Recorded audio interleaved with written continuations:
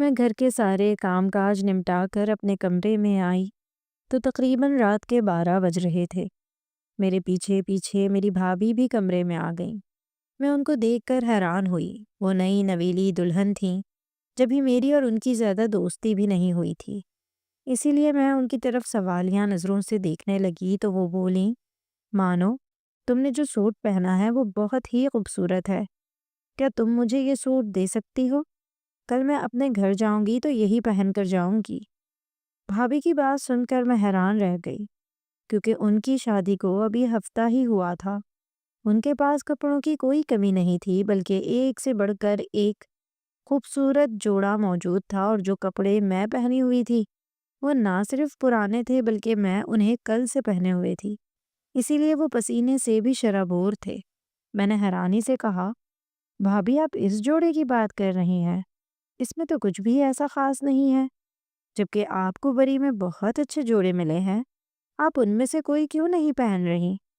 بھابھی نے عجیب نظروں سے مجھے دیکھا، کہنے لگیں، مانو منع کرنا ہے تو ایسے ہی کر دو، ایسی بے تکی باتیں کرنے کی کیا ضرورت ہے؟ بھابھی کا بگڑتا مزاج دیکھ کر میں ایک دم ہی گھبرا گئی۔ نہیں بھابھی، میں تو اس لیے پوچھ رہی تھی کہ یہ کپڑے تو گندے ہو رہے ہیں، اس میں سے تو پسینے کی بو بھی آ رہی ہے، میں صبح انہیں واش کر کے دے دوں گی۔ وہ کہنے لگی، نہیں، ایسے ہی دے دو، میں انہیں ابھی واش کر کے ڈال دوں گی اور پھر صبح پہن کر جاؤں گی۔ میں اس سے زیادہ انکار نہیں کر سکتی تھی۔ وہ نہ صرف رشتے میں مجھ سے بڑی تھیں بلکہ میرے لیے قابل احترام بھی تھیں، اسی لیے میں نے فوراً ہی لباس چینج کیا اور تھوڑی دیر بعد ان کے حوالے کر دیا۔ وہ جوڑا لے کر خوش ہو گئیں، کہنے لگیں کہ دراصل مجھے یہ رنگ بہت پسند ہے، اس لیے مجھے یہی پہننا تھا۔ یہ کہتے وہ اپنے کمرے میں چلی گئی اور میں حیران پریشان سی انہیں جاتے دیکھتے رہ گئی۔ میرے لیے اس جوڑے میں ایسی کوئی خاص بات نہیں تھی کہ میں انکار کرتی، لیکن وجہ بھابھی کا رویہ تھا۔ جس کی اپنی الماری میں ایک سے ایک نیا جوڑا ہو، وہ بھلا کسی کی اترن کیوں پہنے گا؟ بھابھی کے بارے میں سوچتے سوچتے ہی میں سو گئی تھی، لیکن اگلی صبح میں حیران رہ گئی، کیونکہ بھابھی جب اپنے کمرے سے تیار ہو کر نکلیں تو انہوں نے کوئی اور لباس پہن رکھا تھا۔ میں نے حیرت سے پوچھا، بھابھی آپ نے وہ جوڑا نہیں پہنا؟ بھابھی نے نظر بھر کر مجھے دیکھا اور کہنے لگی، نہیں، پہننے کے بعد وہ اتنا اچھا نہیں لگ رہا تھا میرے اوپر، اسی لیے میں نے وہ نہیں پہنا۔ میں بعد میں تمہیں واپس کر دوں گی، ابھی جلدی میں ہوں، تمہارے بھائی باہر انتظار کر رہے ہیں۔ اور پھر وہ بھائی کے ساتھ اپنے میکے چلی گئی تھیں۔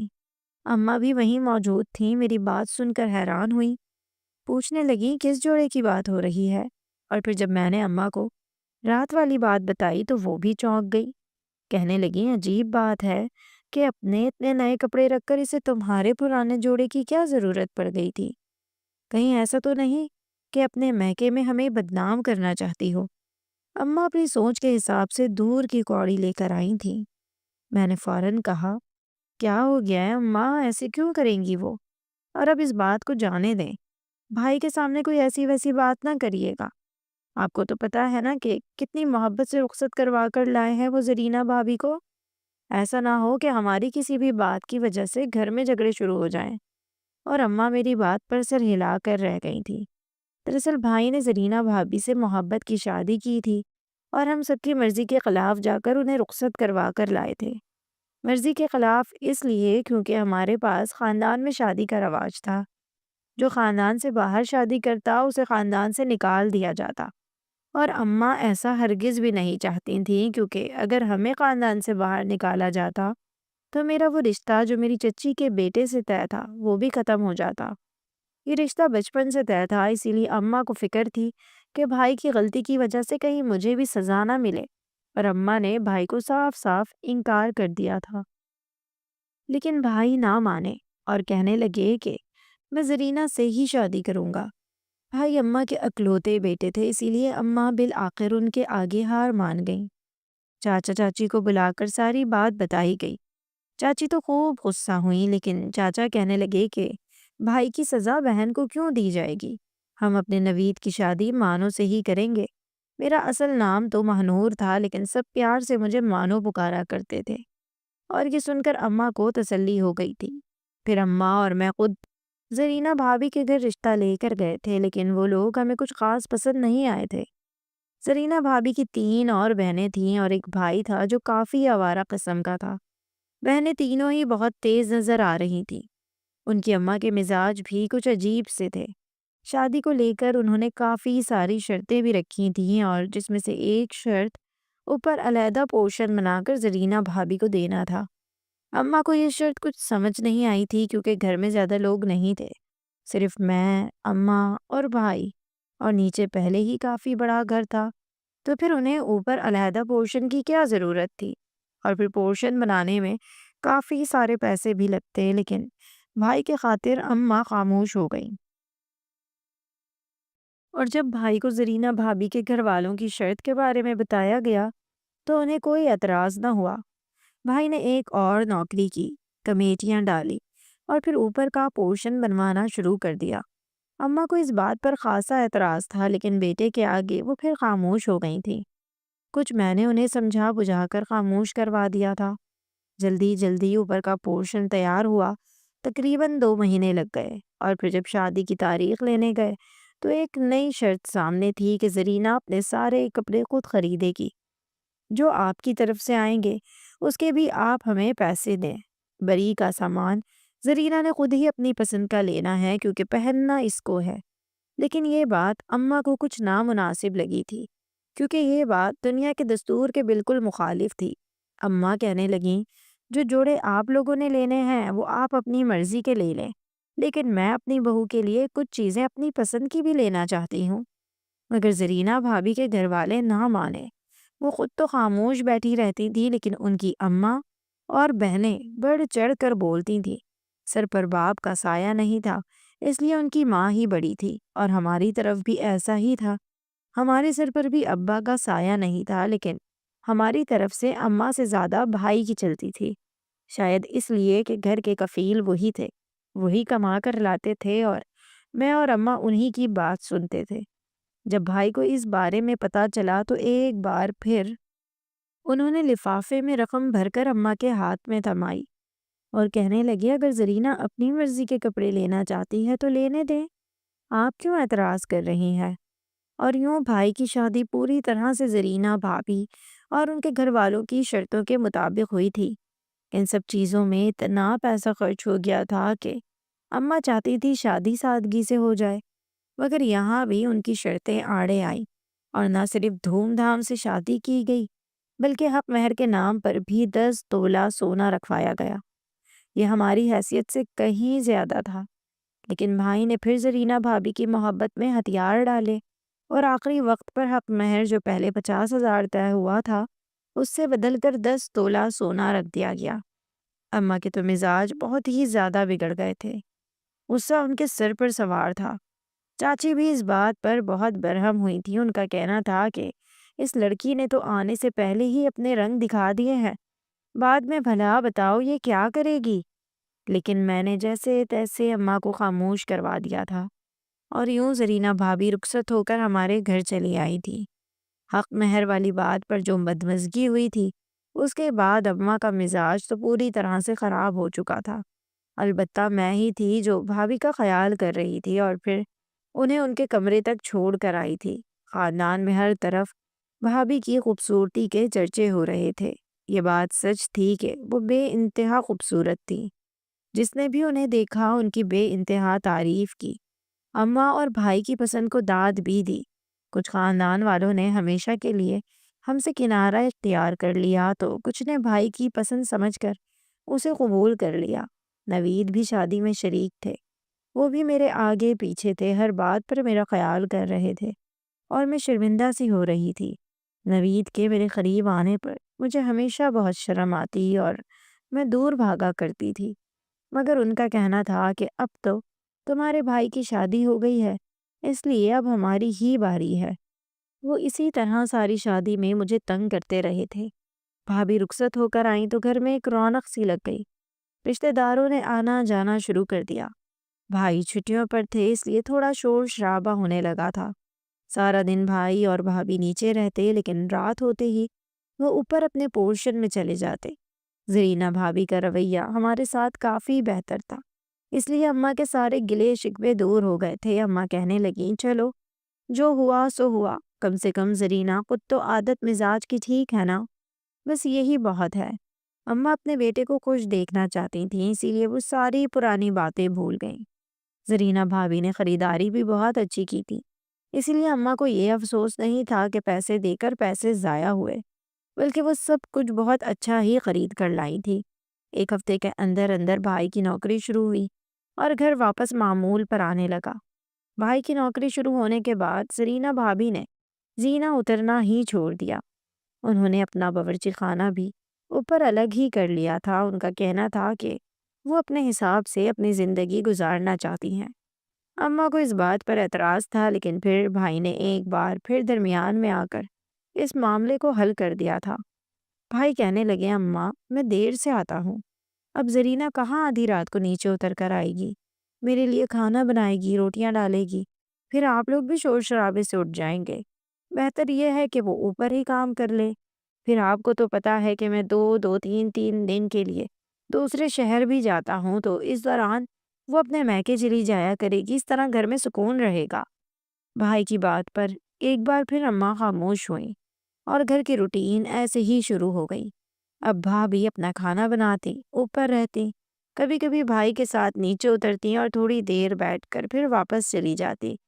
ہاں، وہ دونوں روز شام کو گھومنے پھرنے بھی جاتے تھے اور ان کے درمیان کافی محبت تھی۔ یہی دیکھ کر مجھے خوشی ہوتی تھی کہ کم سے کم بھائی اپنی زندگی میں خوش تو ہیں۔ باقی زرینہ بھابھی جیسی بھی تھیں، اس سے مجھے کوئی اعتراض نہیں تھا، لیکن پھر جب زرینہ بھابھی نے مجھ سے میرا پرانا جوڑا مانگا تو میں چونک گئی، کیونکہ وہ جو ایک سے ایک قیمتی کپڑا پہنتی تھیں، وہ بھلا میرے پرانے جوڑے کو لے کر کیا کرتی۔ لیکن میں نے ان کی خوشی کے خاطر انہیں نہ صرف وہ جوڑا دیا، بلکہ جب اگلے دن انہوں نے واپس نہ کیا تو بھی خاموشی اختیار کر لی۔ اس سے اگلے دن بھائی کو دوسرے شہر جانا تھا، وہ 2-3 دن کے لیے دوسرے شہر چلے گئے تھے اور زرینہ بھابھی اوپر اپنے پورشن میں ہی بند تھی۔ میں کسی کام سے اوپر گئی تو میں نے دیکھا کہ زرینہ بھابھی کے کمرے کا دروازہ بند تھا۔ میں اس وقت فارغ تھی، صرف چھت پر سے کپڑے اتارنے گئی تھی اور ابھی شام ہونے میں بھی وقت تھا، اس لیے میں نے زرینہ بھابھی کا دروازہ بجا دیا۔ لیکن تھوڑی دیر گزرنے کے بعد بھی بھابھی نے دروازہ نہ کھولا تو مجھے تشویش ہونے لگی۔ میں نے پھر دروازہ بجایا تو کافی دیر بعد بھابھی نے دروازہ کھولا۔ ان کی آنکھیں سرخ ہو رہی تھیں، بال بکھرے ہوئے تھے، حلیہ بالکل عجیب تھا۔ میں حیرت سے بھابھی کو دیکھنے لگی، کیونکہ وہ تو بہت زیادہ تیار رہنے والی عورت تھی، تو پھر ان کا اتنا برا حال کیسے ہو رہا تھا؟ بھابھی خیریت ہے؟ میں کافی دیر سے دروازہ بجا رہی تھی۔ میرے پوچھنے پر وہ غصہ ہو گئی، کہنے لگیں یہ کوئی وقت ہے کسی کے کمرے کا دروازہ بجانے کا؟ میں سو رہی تھی۔ میں ایک دم سے ہی شرمندہ ہو گئی، یہ تو میں نے سوچا ہی نہیں تھا کہ وہ دوپہر کے وقت سو بھی سکتی تھی۔ میں فوراً پیچھے ہٹی اور کہا معاف کیجیے گا، میں بس چھت سے کپڑے اتارنے آئی تھی تو سوچا تھوڑی دیر آپ کے پاس بیٹھ جاؤں۔ بھابھی کہنے لگیں یہ میرے آرام کا وقت ہے اور میرے سر میں بھی بہت درد ہے۔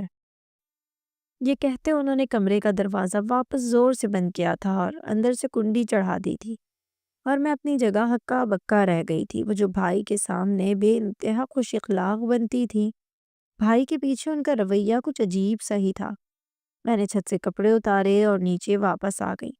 اماں میرے سامنے ہی بیٹھی تھی، لیکن میں نے اماں سے کچھ نہیں کہا۔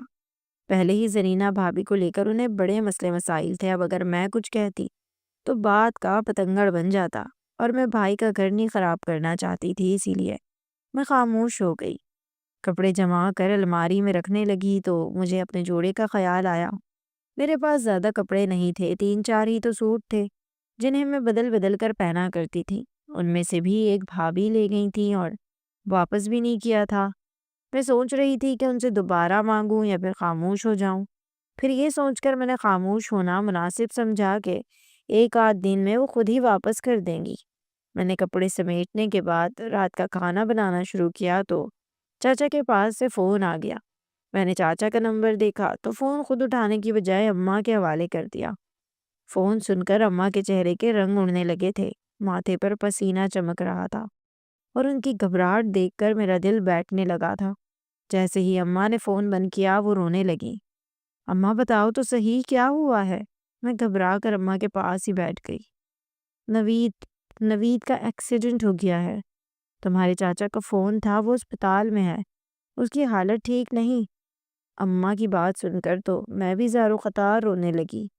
نوید میں میری جان بستی تھی۔ میرا رشتہ اس وقت ہوا تھا جب میں 9ویں جماعت میں تھی، اور اب تو میرا انٹر بھی ہو چکا تھا اور گریجویشن پورا ہونے کے بعد میری شادی ہونی تھی۔ اماں ابھی اور اسی وقت اسپتال چلتے ہیں۔ میں ایک پاؤں پر ہو گئی۔ اماں کہنے لگی، ہاں اسپتال تو جانا ہے، لیکن تیرا بھائی دوسرے شہر گیا ہوا ہے اور بھابھی گھر میں اکیلی ہے۔ مغرب ہونے والی ہے، میں اکیلی بہو کو چھوڑ کر کیسے چلی جاؤں؟ اسی لیے تو یہیں رک، میں اسپتال جاتی ہوں۔ مگر میں ضد کرنے لگی کہ اماں میں بھی چلوں گی۔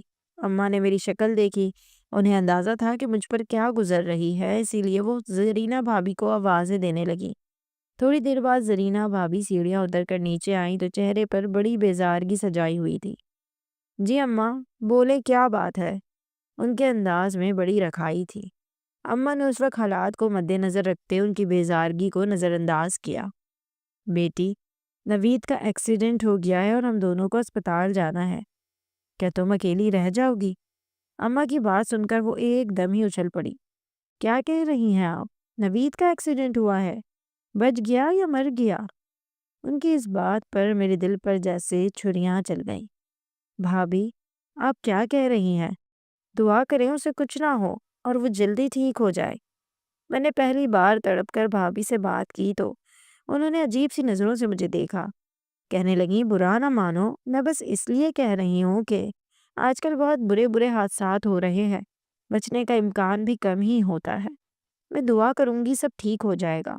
آپ دونوں چلے جائیں، میں اکیلے رہ سکتی ہوں۔ اماں نے بھی ایک تیز نظر بھابھی پر ڈالی تھی اور پھر میرا ہاتھ پکڑ کر اسپتال کے لیے نکل گئی تھی۔ سارا راستہ میں نوید کے لیے دعائیں مانگتی رہی تھی اور اماں بھابھی کو برا بھلا کہتی رہی تھیں جنہوں نے اتنی غلط بات کی تھی۔ تھوڑی دیر بعد جب ہم اسپتال پہنچے تو نوید کی حالت دیکھ کر میرے قدموں تلے سے زمین سرک گئی۔ نوید پوری طرح پٹیوں میں جکڑا ہوا تھا، اسے کتنے ہی فریکچر ہو گئے تھے۔ پتہ چلا تھا کہ وہ موٹر سائیکل پر کچھ ضروری سامان لینے جا رہا تھا کہ جب ہی کسی ٹرک والے نے ٹکر ماری اور اس کا یہ حشر ہوا۔ لوگ اسے اٹھا کر اسپتال لائے تھے اور چاچو کو فون کر کے خبر دی گئی تھی۔ میں وہیں بیٹھ کر نوید کی زندگی کی دعائیں مانگتی روتی رہی تھی۔ خدا کا شکر تھا کہ اس کی جان بچ گئی تھی، لیکن اس کے پیر میں بہت شدید چوٹ آئی تھی اور ڈاکٹر کا کہنا تھا کہ وقت کے ساتھ ہی پتہ چلے گا کہ نوید صحیح طریقے سے چل بھی پائے گا یا پھر نہیں۔ ہو سکتا ہے کہ اس کے پاؤں میں لنگ آ جائے۔ یہ سن کر ہم سب ہی تڑپ اٹھے تھے۔ وہ اپنے ماں باپ کا کلوتا جوان بیٹا تھا اور چاچا چاچی کی حالت تو بہت ہی خراب ہو رہی تھی۔ رات تک میں اور اماں اسپتال میں رہے۔ پھر چاچا کہنے لگے، اب آپ دونوں چلے جائیں، صبح بھلے پھر آ جائیے گا، رات کو میں رکوں گا۔ چاچا کے کہنے پر اماں کہنے لگیں، میں تمہاری چاچی کے ساتھ ان کے گھر جا رہی ہوں، وہ اکیلی ہیں، ان کا ایسے میں اکیلے رہنا ٹھیک نہیں ہے۔ میں تمہیں گھر چھوڑ دیتی ہوں، تم بھابھی کے ساتھ رک جانا۔ ویسے بھی تمہارا بھائی بھی گھر پر نہیں ہے تو بھابھی کے ساتھ کسی کا ہونا بھی ضروری ہے۔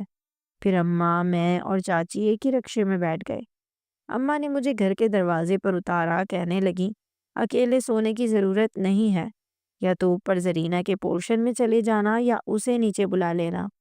گھر کے تالے اچھی طرح لگانا اور کسی کے لیے دروازہ نہ کھولنا۔ اماں نے مجھے کافی ساری ہدایتیں کرتے گھر کے اندر کیا اور خود چاچی کے ساتھ ان کے گھر چلی گئیں۔ ویسے تو اماں چاہتی تھیں کہ چاچی بھی ہمارے ساتھ ہمارے گھر ہی رک جائیں، لیکن چاچی راضی نہیں ہوئی تھی۔ اسی لیے اماں نے پھر انہیں تنہا چھوڑنا مناسب نہیں سمجھا اور خود ان کے ساتھ جانا ضروری سمجھا۔ میں گھر میں داخل ہوئی تو ہر طرف سناٹا تھا، لائٹیں بھی بند تھیں۔ میں نے نیچے والا پورشن روشن کیا، اوپر کی لائٹ پہلے سے جل رہی تھی۔ یقیناً بھابھی اپنے کمرے میں تھی۔ میں نے اپنے کپڑے چینج کیے، فریش ہوئی اور پھر سیڑھیاں چڑھنے لگی تاکہ بھابھی سے پوچھ لوں کہ وہ نیچے آ کر سوئیں گی یا پھر میں اوپر سو جاؤں۔ ان کے کمرے کا دروازہ بند تھا۔ میں نے آہستہ سے دستک دی اور ساتھ انہیں پکارا تو کوئی جواب نہ آیا۔ پھر جب میں نے دوبارہ دستک دی تو بھابھی نے دروازہ کھول دیا، غور سے مجھے دیکھنے لگی۔ نوید کی طبیعت کیسی ہے؟ زیادہ چوٹیں آئی ہیں کیا؟ انہوں نے فوراً سے پوچھا تھا اور میں نے ہاں میں سر ہلا دیا تھا۔ جی بھابھی، بس خدا کا شکر ہے کہ جان بچ گئی، لیکن بہت چوٹیں آئی ہیں اور ڈاکٹر کا کہنا ہے کہ شاید ایک ٹانگ کا بھی مسئلہ ہو جائے۔ یہ کہتے ہوئے میری آنکھوں سے آنسو بہنے لگے۔ بھابھی نے میرے کندھے پر ہاتھ رکھا، کہنے لگیں پریشان نہ ہو، وقت کے ساتھ سب ٹھیک ہو جائے گا، لیکن اب ایک معذور آدمی کے ساتھ تو تم ساری زندگی نہیں گزار سکتی ہو نا، اسی لیے پہلے سے ہی پوری طرح ٹھیک ہونے دینا، پھر سوچ سمجھ کر فیصلہ لینا۔ بھابھی کی بات سن کر میں چونک گئی۔ کیا مطلب بھابھی، آپ کیا کہنا چاہتی ہیں؟ بھابھی دھیمے سے مسکرائیں، کہنے لگیں میری بات کا غلط مطلب نہ نکالنا، لیکن میں تو بس یہی کہہ رہی ہوں کہ اگر اس کی ٹانگ میں لنگ آ گیا ہے یا وہ ایک ٹانگ سے معذور ہو گیا تو تم کیا ساری زندگی اس کے ساتھ گزارو گی؟ یہ وقتی محبت ہوتی ہے جو بعد میں ختم ہو جاتی ہے، اس لیے خود ہی اپنے حق میں بہتر فیصلہ کرنا۔ ویسے چاچی مجھے کچھ خاص اچھی بھی نہیں لگتی۔ بھابھی کی بات مجھے بہت ناگوار گزری تھی۔ اس وقت ہم اتنے مشکل حالات سے گزر رہے تھے اور وہ فضول قسم کی باتیں کر رہی تھیں۔ مجھے نوید سے اتنی محبت تھی کہ نوید ہر حال میں قبول تھا۔ اگر یہ حادثہ اس کی بجائے میرے ساتھ ہوتا تو کیا وہ مجھے چھوڑ دیتا؟ کبھی بھی نہیں۔ تو پھر میں کیسے اسے چھوڑ سکتی تھی؟ میں نے بھابھی کو بتایا کہ اماں چاچی کے ساتھ چلی گئی ہیں اور مجھے ان کے ساتھ سونا ہے۔ یہ سنتے ہی ان کے چہرے کا رنگ بدل گیا، وہ ایک دم ہی گڑبڑا گئی، کہنے لگی نہیں بھائی، مجھے اکیلے سونے کی عادت ہے، میں اپنے کمرے میں ہی سوؤں گی، تم سکون سے جا کر اپنے کمرے میں سو جاؤ، کچھ نہیں ہوتا۔ میں بھی تو سارا دن اکیلی تھی، ڈرنے کی کیا بات ہے؟ میں نے بھابھی سے کہا مجھے اتنا ڈر تو نہیں لگتا، لیکن اماں کا حکم ہے کہ میں نہ اکیلے نیچے رہوں نہ آپ اکیلے اوپر، اسی لیے ہم دونوں کو ایک ہی پورشن میں رہنا ہوگا، آپ نیچے آ جائیں یا پھر مجھے اوپر رکھ لیں۔ لیکن بھابھی نے صاف منع کر دیا، کہنے لگی نہیں مانو، میں نیچے نہیں آ سکتی، تم برابر والے کمرے میں جا کر سو جاؤ۔ اوپر 2 کمرے بنے ہوئے تھے، بھابھی نے بڑی مشکل سے دوسرا کمرہ کھول کر مجھے دے دیا تھا۔ نیند میری آنکھوں سے بہت دور تھی، میں بس بے چین تھی، پریشان تھی، اس لیے بھابھی سے زیادہ بحث کرنے کی بجائے اسی کمرے میں لیٹ گئی۔ وہاں ایک صوفہ تھا، ایک چارپائی، میں سکون سے چارپائی پر لیٹی اور نوید کی زندگی اور صحت کے لیے دعائیں مانگنے لگی۔ تھوڑی دیر بعد مجھے تھکن سے نیند لگ گئی، کیونکہ سارا دن اسپتال میں یہاں سے وہاں کوریڈور میں چکراتے ہی گزرا تھا۔ لیکن آدھی رات کو عجیب و غریب آوازوں سے میری آنکھ کھلی تھی۔ ایسا لگ رہا تھا جیسے بھابھی کسی سے بات کر رہی ہو۔ میں اٹھ میں اٹھ کر بیٹھی تو گھڑی رات کے 2 بجا رہی تھی۔ بھائی تو گھر پر تھا نہیں، پھر بھابھی کس سے بات کر رہی تھی؟ شاید فون پر۔ پہلا خیال مجھے یہی آیا کہ کہیں اسپتال سے تو فون نہیں آیا۔ گھر میں 2 ہی فون تھے، ایک اماں کے پاس اور اب دوسرا بھابھی کے پاس، میرا ذاتی کوئی فون نہیں تھا۔ اسی لیے میں فوراً یہی سوچ کر بھابھی کے کمرے کے دروازے پر پہنچ گئی کہ ہو سکتا ہے اسپتال سے کوئی خبر آئی ہو، لیکن اندر سے آتی زرینہ بھابھی کی آواز سن کر میرے قدم وہیں رک گئے، کیونکہ وہ تو